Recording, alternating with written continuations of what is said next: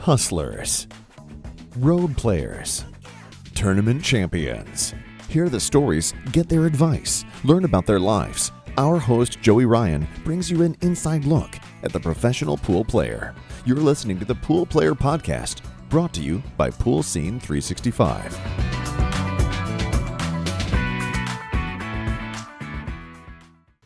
Hey guys, Joey Ryan, Pool Player Podcast, brought to you by Pool Scene 365. If this setting looks a little different, it's because it is. So Sunday morning, I started feeling a little bad, couldn't smell, couldn't taste. Monday morning, I went and got a test, and I was positive for COVID-19. However, it's been very mild, thankfully, and so I decided to isolate myself in the room, stay away from the family, and this is the corner of my bedroom, just a little makeshift desk that I set up. And I am a little delayed in getting out this week's episode. I do apologize for that, but it's a great one and you're really gonna love it. We have former European champion, former world 9-ball champion, and now Mosconi Cup champion Fedor Gorst. And let me tell you something about this interview. I think you're gonna love the educational value of this interview. There's so much good content in here about how he prepares and how he goes about his training and just his entire mindset, which I found to be incredibly inspiring, especially from such a young man. Before I go further, Fedor is actually in the United States right now. He's preparing for a big match with Jeffrey DeLuna, and he's also selling some memorabilia. So you can purchase a cue ball or an 8-ball for $30, and he'll autograph that for you and personalize it, as well as a picture. I don't know if he meant 8x10, but he said 8x12 online, but it's a large picture, and he'll autograph that for you as well, and he's doing that for $25, or you can get both for $50. And so what I did is I bought both from him, and what I'd like to do is offer a giveaway. So if you guys could like this video and comment, I'll go ahead and do a drawing when it's all said and done, and I'll put up a little video on maybe Facebook or something and select a random winner to receive the cue ball and another one to receive the photograph autographed by Fedor, and it'll be customized. So whatever you want it to say, he'll address it to you. So I'm really excited for this interview. Sit back, enjoy, and ladies and gentlemen, Fedor Gorst. Hey, Fedor, thanks for joining. I really appreciate you making the time. Yeah. Hello. So first of all, let's start with the very first question. How exactly do you pronounce your name? Because I've heard it 5 different ways, so I just want to get it right from you. It's Fedor, not Fedor. Okay, Fedor. Okay, I think I have it. Does that sound okay? Yeah, perfect. Awesome. Well, I'm really excited to have you on, and I want to get to know more about you. So can you take us through how you got started playing pool? It's actually a long story. My parents, we lived in different house. I was like 3 or 4. I don't remember that. But we had a Russian pyramid table. That's the game we're playing here in Russia. And, I wasn't playing because I was short, but I was always laying on the table, throwing balls, and I really liked it. And then at some point, I was like 6 or 7, my father decided to hire me a coach. So he invited the guy to our house to, make a practice session. And I really enjoyed it. And after that, we started practicing this game seriously. Like I was going to the pool hall, playing Russian pyramid for a couple of years, switching coaches like every year, I would say. And then I was like 11, I think.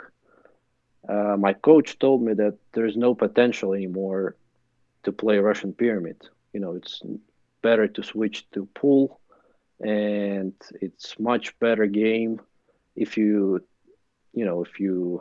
decide to play it professionally. You can travel, and probably the prize money is bigger, and maybe it will be included in the Olympic Games. We were thinking at that time. So yeah, we decided to switch to pool, and I really uh, happy that we made that decision at that Yes, time. I had Christina on and she talked about Russian Pyramid as well. Can you explain just a little bit about the game? Is it still played with six pockets? I really don't know anything about it. How exactly is the game played? Well, it's 12-foot table, really small pockets, almost the same size as the size of the ball. The ball is a little bigger than the pool ball. Well, maybe not a little. Maybe it's like one and a half bigger than the pool ball. Uh, yeah, it's six pockets. They're playing worldwide. Well, worldwide here and in Ukraine and Belarus. Uh, so the most popular one is you can shoot with any ball, and whoever scores eight balls first wins the wreck. Okay. So back to pool, at what point did you know that you arrived on the scene? Like that you could beat anybody? Uh, well, it's mental question. If you have the goal of winning the tournament, you have to imagine and believe that you have to beat anybody to win that tournament, right? So I think once I decided or set the goal that I have to win some certain major tournament or a big tournament, I think I realized that well, not realized, I uh, thought that I should beat anybody to do it. What do you enjoy doing outside of playing pool? Any hobbies or any interests outside of pool? Uh, I like the sightseeing. I actually like my city a lot. If you ever want to go somewhere on holidays, uh, you know, I really, how do you say that? uh, uh, well, it's really nice place to go to come.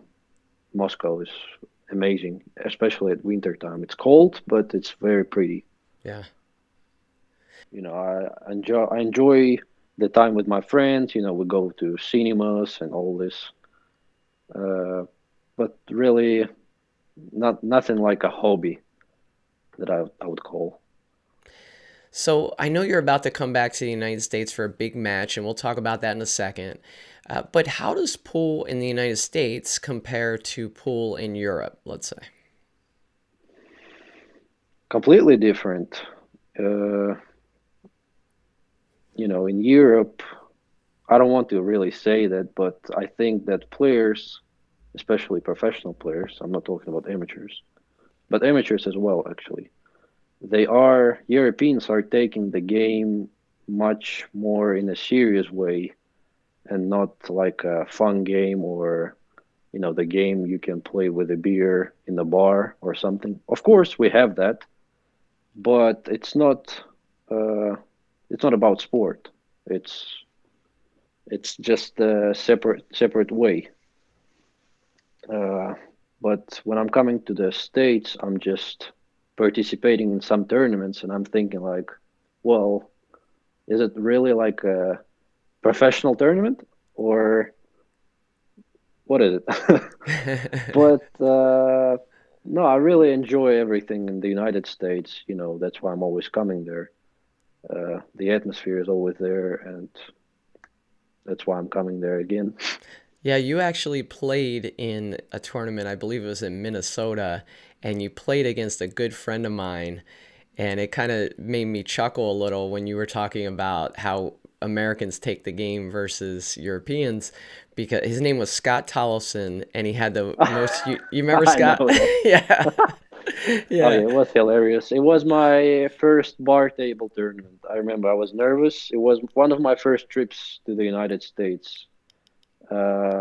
And I was preparing, working hard on my bar table game, and then I'm playing. Uh, well, it was a professional tournament. I thought at that time, and the guy is drinking beer. He had like 6, 7 beers before the match, He's he's jumping before the break. He's walking around the table twice before he breaks, and doing all that. And we're playing for 2 hours, and I'm sitting in the chair, and I didn't know what to do at that time. But yeah, I ended up beating him, heel, I think. He was actually breaking the best at that tournament, I think. Yeah, he's a good player here, and but he has a completely different approach, and he likes to drink beer to kind of stay calm, which it doesn't really look calm. But Yeah. anyway, good guy, and I Well, just maybe he's calm inside, yeah, yeah. not the outside. So who would you say has been your biggest rival? Like someone that you always have to compete against, or you always have to play your best against, or gives you trouble? Is there a rival who really stands out to you? Uh, Not really through the whole career, but the last couple of years, of course, you know the names, Filler, Kachi. We're always playing against each other, not only in Europe. Um, we played a lot of matches with Jason, Shaw. It's always tough to play with Asians, but it's not that I'd have like a certain player as a rival. I would say Joshua Filler is the toughest opponent that I had to play. Yeah. How's your record against him? Do you do pretty well?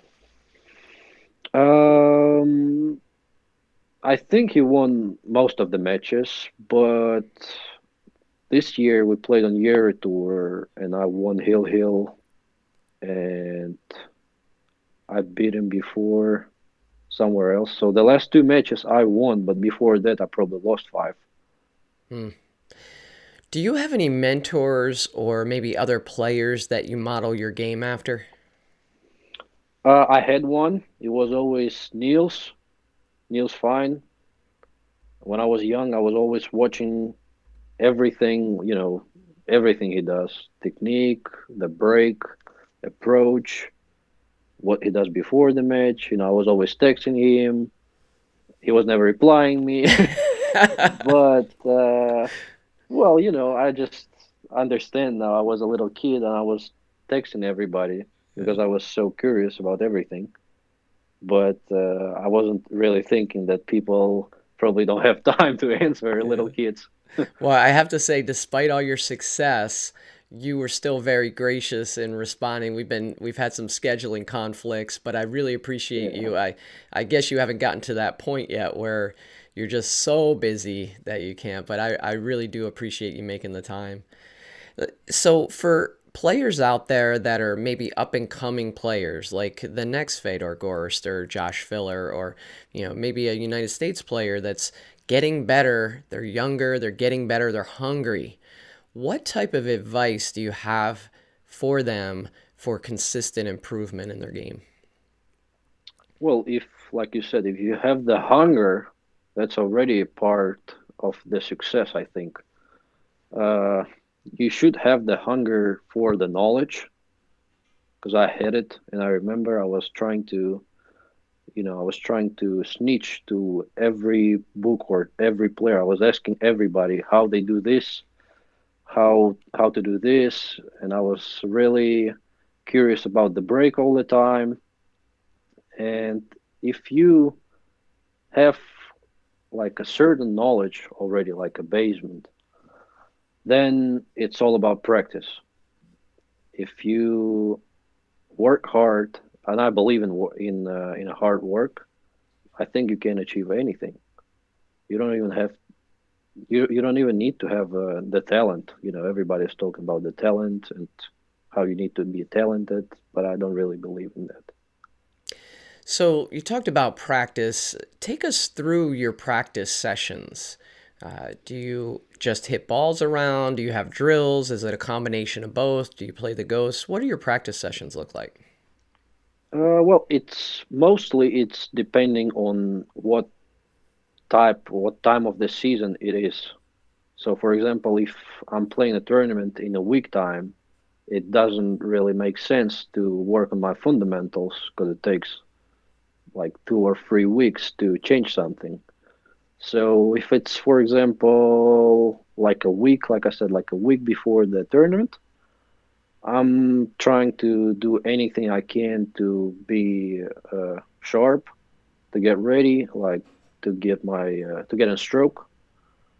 Um, Working on my break a lot before the tournaments, like 2 or 3 days before the tournament. I'm mostly practicing the break. Maybe I'm breaking and running. And when I have a break, like a month break or two, or like the pandemic actually was the perfect time to change something or to work on your weak parts of the game.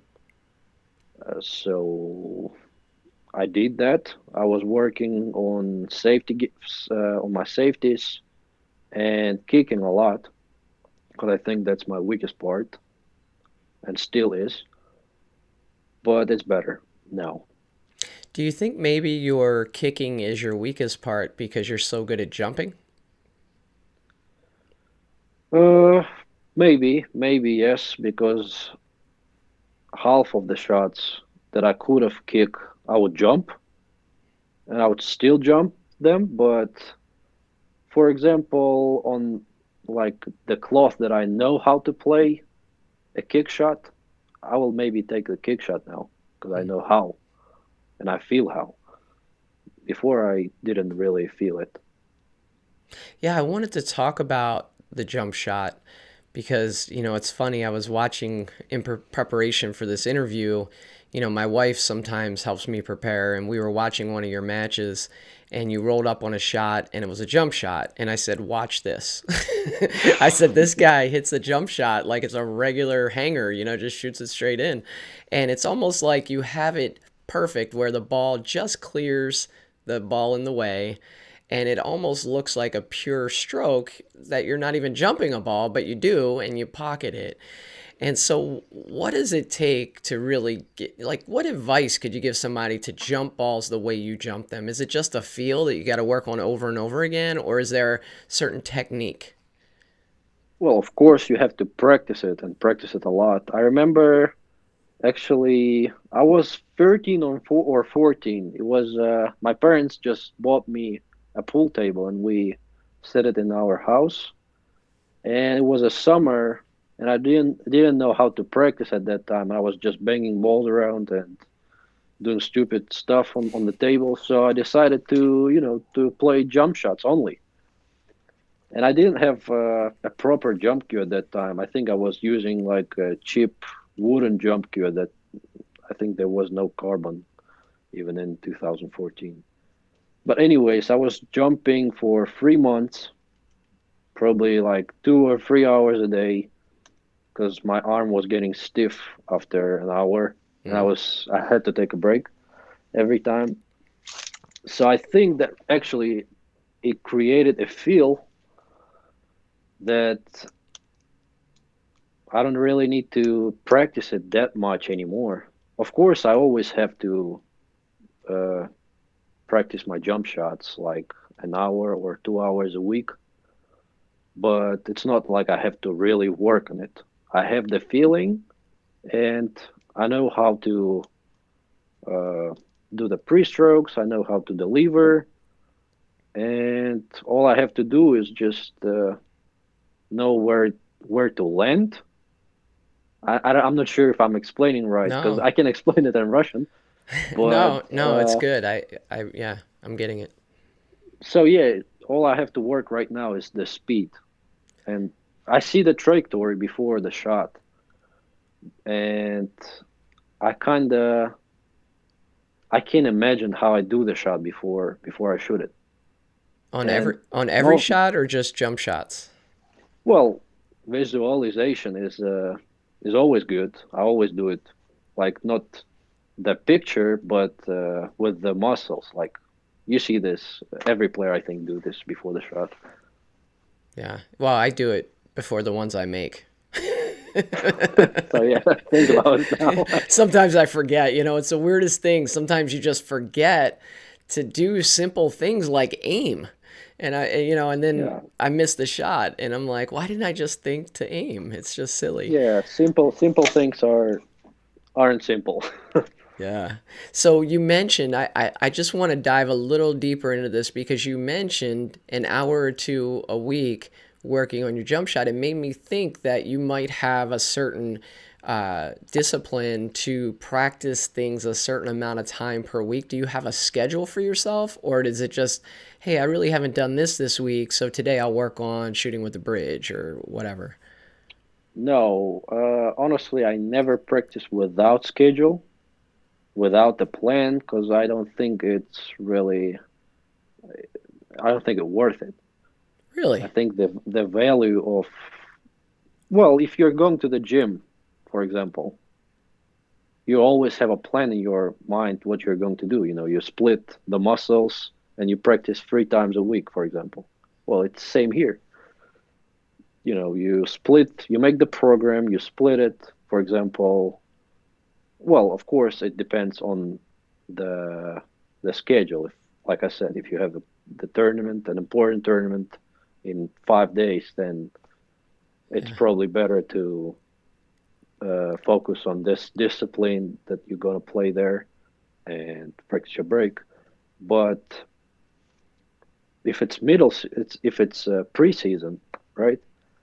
Then I would suggest to uh, make a plan. First, you have to realize what's your weakest part and work from the beginning.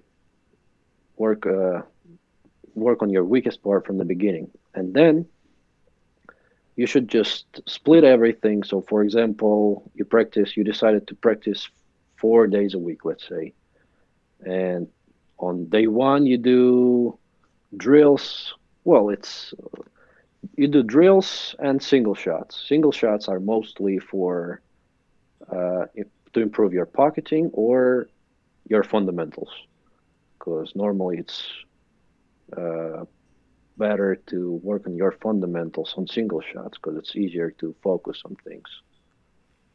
Um,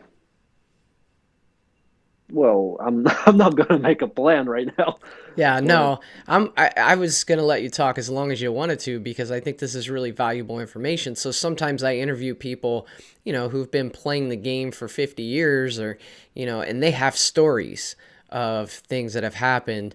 And so preparing for this interview, I wanted to get as much knowledge as I could out of you in terms of how you've made it to such a high level so early in your career. And I think there's a lot of value there. And just one more question about that plan. Is it a written plan? Is it in your mind? Is it on a computer? Do you take time every Sunday and put out a plan for the week? I'm just really curious about this because I'm pretty sure most players are not doing it in any formal way. no. I'm always writing it in my notebook, Mm, and sometimes I'm putting it on my computer as well. Uh, so yeah, it's always written, and I have it in my mind, but just not to forget. Of course, I can't change this plan. For example, if I set the goal or wrote that I have to play some certain shot for an hour and I see that I can't miss it in 15 minutes, then I will switch to a different one mm, because I think I'm pretty good at it and I don't have to work on it anymore. yeah. Well, today. So, how old are you now? I'm 20. So at 20 years old, you've already won a world championship. And I have to tell you, at that point, it might be tempting to say, well, I've already accomplished that and, relax a little bit. What are your goals from here? Um, well, normally, um, I was setting the goals before the new year or right after the new year because I knew the schedule and I always wanted to win the world title. But now I think that my goal is just to win and try my best on every tournament. You know, I want to win everything. I, like you said, it's probably the time to celebrate. And I did this before, and it was a mistake.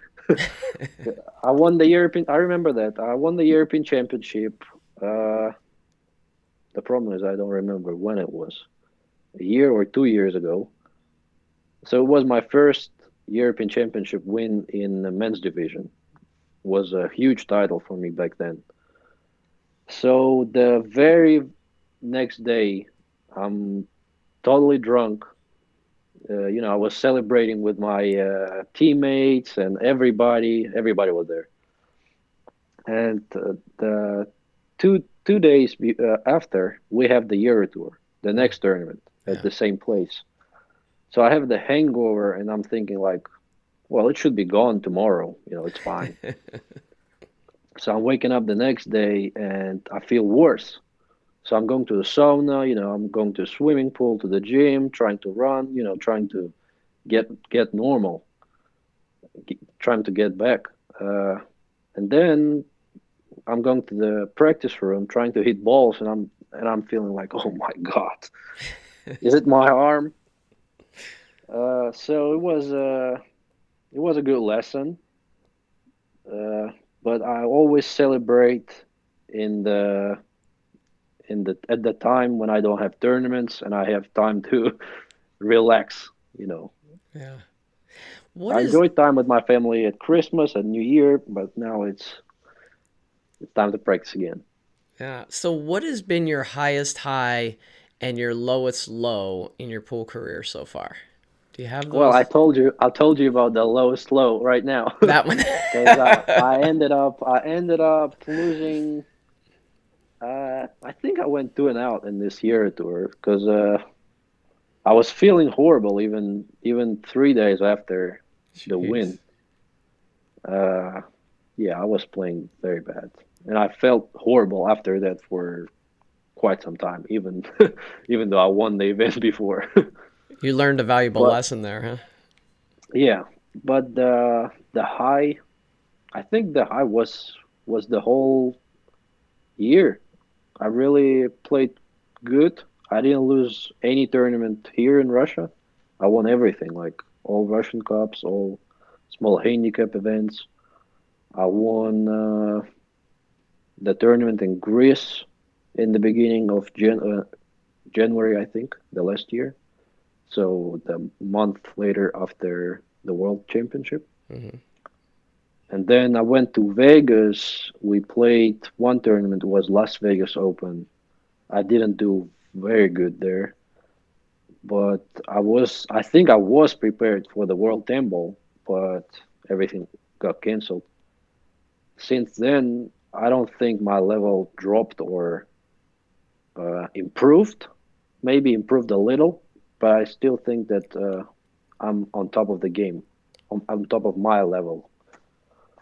Yeah, well, congratulations on winning the Mosconi Cup. You seemed the first day to maybe feel a little uncomfortable with a few shots, but then you settled in really nicely and played really well. And actually, as I was talking to people about the event, you were the one that I wasn't quite sure, even though your talent level's phenomenal. There's no question you deserve to be on the team, and you're one of the better players in the entire event. With it being your first time there, my thought was, well, maybe he won't react the way he would normally play. And you proved that wrong and you played well and you guys got the victory. Tell us about the pressure of playing in that event, even without fans being there. Well, of course, it's always a question about the rookie being in the Mosconi Cup, but I think that the whole thing, the event, without the fans over there, it helped me a lot. I think it helped me a lot because, of course, the very first day everybody was nervous, and probably I was nervous. I was more nervous than anybody else, Was it the and most nervous you've ever been in pool? Sorry to cut you off. no, No? no, Okay. no. But I was nervous. My hands were shaking on some shots, and well, it's normal. It's always happening with me when I'm going somewhere for the first time. It's been for, I mean, the World Championship, the China Open. Every time I'm going to play first match, it's going to be like that. Hmm. I just know it. Uh, so yeah, I was glad that we won our double match with Filler. where I banked the 9 to win the match. And yeah, the next day I felt completely different. Also, I think the team really helped me because I was playing the third match, and the score after day one was 3-2, and then Europe won two matches in a row, so the score was 5-2. So knowing the score and knowing that my team won the last two matches, I think it gave me a little extra confidence before my match. Mm. It's not that I was confident that I'm gonna beat, Corey in a race to five, but I wasn't nervous at all, and I was playing good in the practice room, and I felt great. So, and even after on day three when we played with Albin, I wasn't feeling nervous at all. Yeah. Well, before the event, there was quite a bit of talk from Europe and the United States, and mainly Jason, was involved with a lot of that. And I just get the feeling that that's kind of not the way you do things. I'm curious your reaction to how all that played out prior to the event. Well, I think it's good for Mosconi Cup because it creates some certain hype before the event, and I think it happens in every sport actually. If you take boxing, there's always shit talking before their fights, even if they're best friends. But yeah, I'm just a different guy. I'm calm, and I don't really want to talk bad about people, even if I think that they're bad. Yeah, I You had know, that feeling. So yeah. I'd like to talk a little bit about the world championship win that you had. I think you played Chang in the finals. And I think at one point he might even have been up by 3 games. What was that match like? And how did you deal with that, the pressure of it? And, take us through that match. It's actually a cool story. I was super tired before my match, and before this World Championship trip, I booked the trip to Thailand. First of all, I booked it from Russia because the dates were different uh, for the World Championship before. I booked it in, I don't know, May or something, and the World Championship's supposed to be in November. But then they moved the dates right on the dates where I had my holidays in Thailand, so I had to reschedule everything, and I booked my flight from Qatar to Thailand. So I was thinking, I'm gonna finish the tournament and relax, spend some time before the new year. So yeah, the plan was great, but I wasn't planning to win the event and play the final for 4.5 hours. So I booked my flight for 9 p.m. and the final started at 6. Oh, So I was thinking before the match, should I reschedule it now? Should I rebook it now or after the match? And then there was like the biggest rush in my life. I think everybody was rushing because, well, honestly, the tournament wasn't organized perfectly. The stream guys, they didn't know what to do and they were rushing. Uh, Tournament director was rushing, and well, anyways, and we ended up playing for 4.5 hours, I think, because we didn't have a shot clock, and I think Cheng was playing slower than me, because he was more nervous than I was. I was so tired that I couldn't even really feel anything. I was honestly, it might sound funny, but I was thinking about my ticket more than about the match. But I checked. Well, I actually checked the tickets before the match, and there was no direct flight. And I should have waited for another 5 days or so in Qatar to fly yeah. to Thailand. And I was thinking, oh no, oh no, please. I wonder if you were like Shane Van Boning's age, and you were in that match, you might have had a different attitude about it. Like there might not be many more opportunities to win a world championship, but because Of course. you were so young, it's like, hey, well, I'm here and I'm worried about this flight to Thailand. Hopefully, I'll still try to play good, but we'll see what happens. You think that played a role? Yeah, Yeah, yeah. I think I think it helped me in the end. that's Uh, awesome. but yeah, I was way more nervous in my quarterfinal, semifinal, and probably the last 16 match than I was in the finals. Really, that's awesome. So I want to give you a chance to recognize your sponsors, and if you could tell the audience about what they mean to you. For most of us, we see the patches on your shirts, and but we don't really know what that means, how they support you. So could you share that with the audience? Yeah, well, the main sponsor, and it has been for the last almost 2 years already. It's been Cuetec. So I'm playing with everything. I really like it. So, well, actually, if you want to really jump good, I think you should have a proper jump cue. I've been jumping with Predator Air 2 before, and I liked it. And I'm jumping with Cuetec Propel now, and I think it's like the best jump cue I've ever tried. Really, Wow. no joke. Uh, so yeah, it really means a lot to me to be under Cuetec's uh, shoulder, or how to say that, wing. Yeah. Uh, so yeah, they've been supporting me even though this year there was no tournaments, only online events, something small for them, to promote the game. But they were still supporting me, and we're like a family right now already. Who else?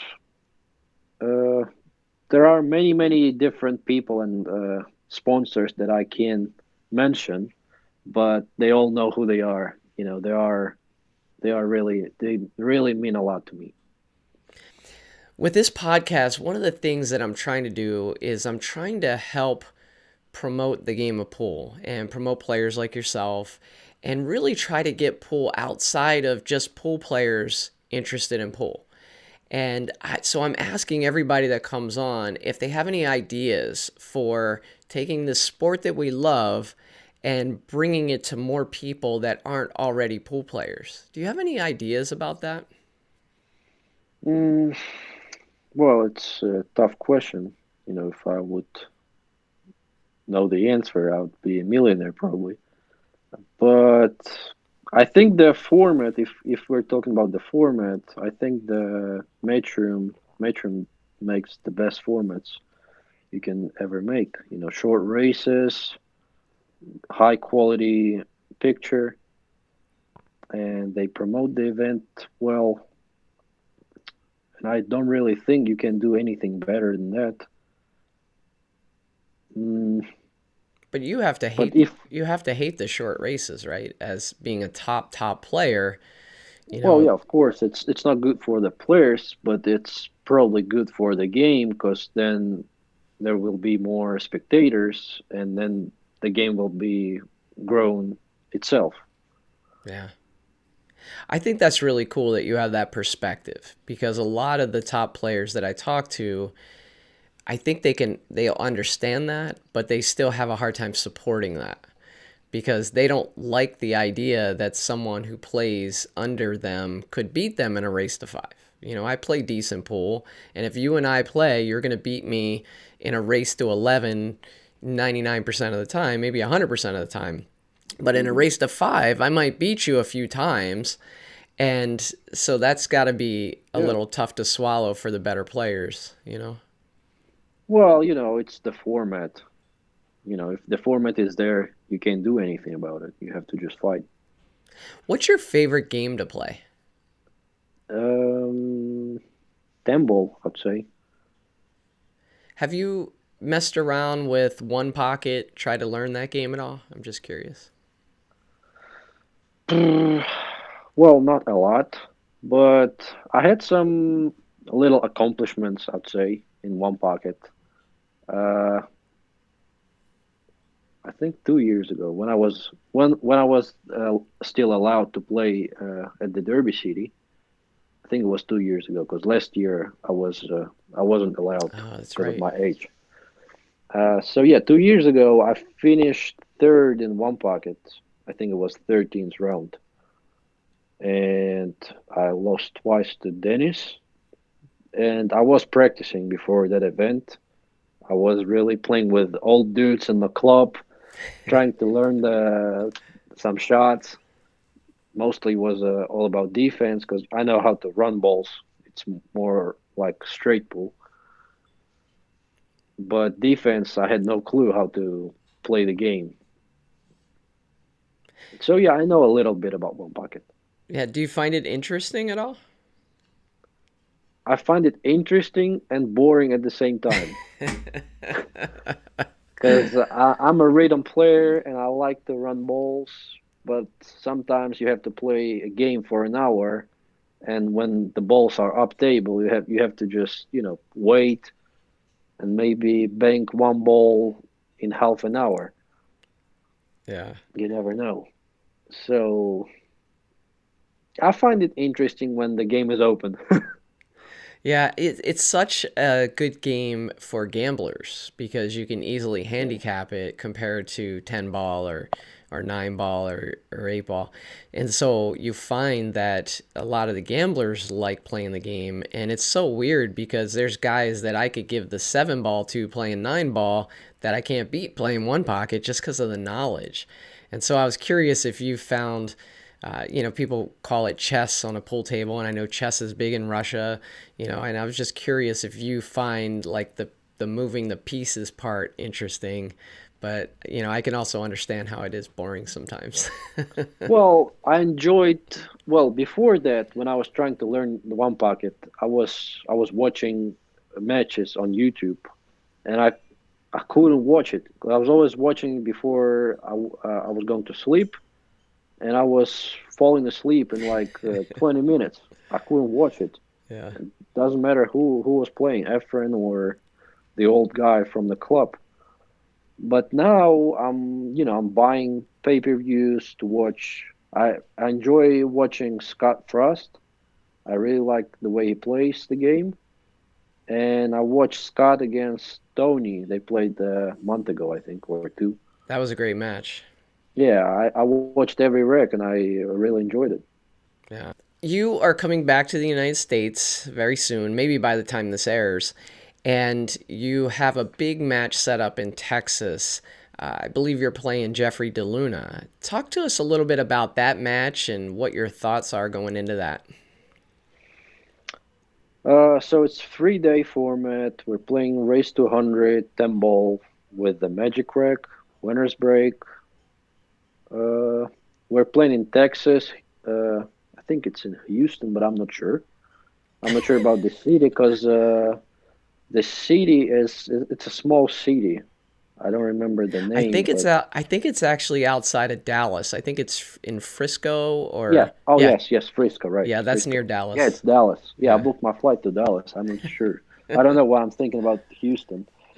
Uh, Well, maybe you want to play Roberto Gomez next. He's down in Houston. oh yeah, I want to. Yeah, tell us about the match. uh, well, I'm not sure. I'm not sure what we're betting yet, because first it was promoted like 100,000 in the middle. Then Wow. 2 days after it was 50, and after the New Year, I saw a new poster that was saying 20,000 in the middle or 40, yeah, 40,000. So now it's 40, and my side is wide open. And I texted Jeffrey and asked him what's going on, why the numbers are changing every day. I'm scared to open my Facebook every morning because numbers are changing and going lower and lower. So he answered that he isn't sure. He was thinking that my side was going to bet 20,000 only, but I said, my side, there's no problem with my side. So you feel pretty good about this match? Uh, yeah, well, I never played such a long race, but I feel like my stamina is there. I'm ready to play race the 33 every day. That's for sure. Uh, you know, I accepted this match because I feel confident about the game and my game mostly. So yeah, I'm just ready to play and ready to hit some balls because You it know, was quite some time without anything. yeah, you mentioned stamina, and I found that especially with European players, that's one thing that I've noticed is they tend to be more fit and in shape. Is that part of your routine? Do you go to the gym? Do you try to stay in shape, run, things like that? Yeah, but I'm going to the gym because of the other reason. When I was a kid, and probably my first or second coach, he taught me the stance in the wrong way. So my back was a little crooked, so my spine looks like this a little bit. So I have scoliosis, or how it calls in English, I'm not Hmm. sure. Scoliosis, yeah. Yeah. So now I have to change it a little bit because sometimes when I practice over 3 hours, I'd say, and it happens a lot when I practice over 3 hours a day, my lower back starts to hurt, and it hurts like bad. So I have to work on some things to get this better, and it's getting better and better every month. But also, yes, I'm working on my stamina. I'm running, I'm cycling, and I have been swimming before, but I don't remember when was the last time. Probably like before the pandemic. And yes, it is included in the plan. It's written up there as well. That's great. Yeah. So I'm really excited about what this podcast is becoming, and you're one of the featured guests on it, being a world champion. There's so many other people, though, that I want to interview, especially in Europe, and I haven't really had the chance to connect with them. I'm curious, who out of the Europeans do you think would be a good interview for me? Niels, I think Niels can has a lot of stories, and you know, I liked him. I would like to hear his podcast. Uh, Albin, Ocean, uh, Filler, probably a good guest. Who else? Well, I You're think every basic. player has something interesting. That's what I found as well. Even, not the top tier players, like everybody's got a story. And that's one thing I'm trying Yeah, to for do sure, is bring for out their sure. stories. And it's funny you're naming the Mosconi Cup team for Europe, but pretty much at least Neil's not this year, but those are some of my favorite players ever. I look at Albin and just Well, the it's maybe because I know this guy is a little more than the others. yeah. I'm not really. I'm how to say that. I'm an introvert. Most of the time, I'm staying alone. At the tournaments, and trying to focus on myself. Uh, that's why I don't really know different players. I know how they play, but I don't know the person, Yeah. their personality. Yeah. So these guys I know well because we practiced and spoke a lot. Who who was your favorite teammate from this year's Mosconi Cup? All of them, Oh, come really. on. There had to be one that was like you bonded with. Probably Alex, the coach. Oh, really?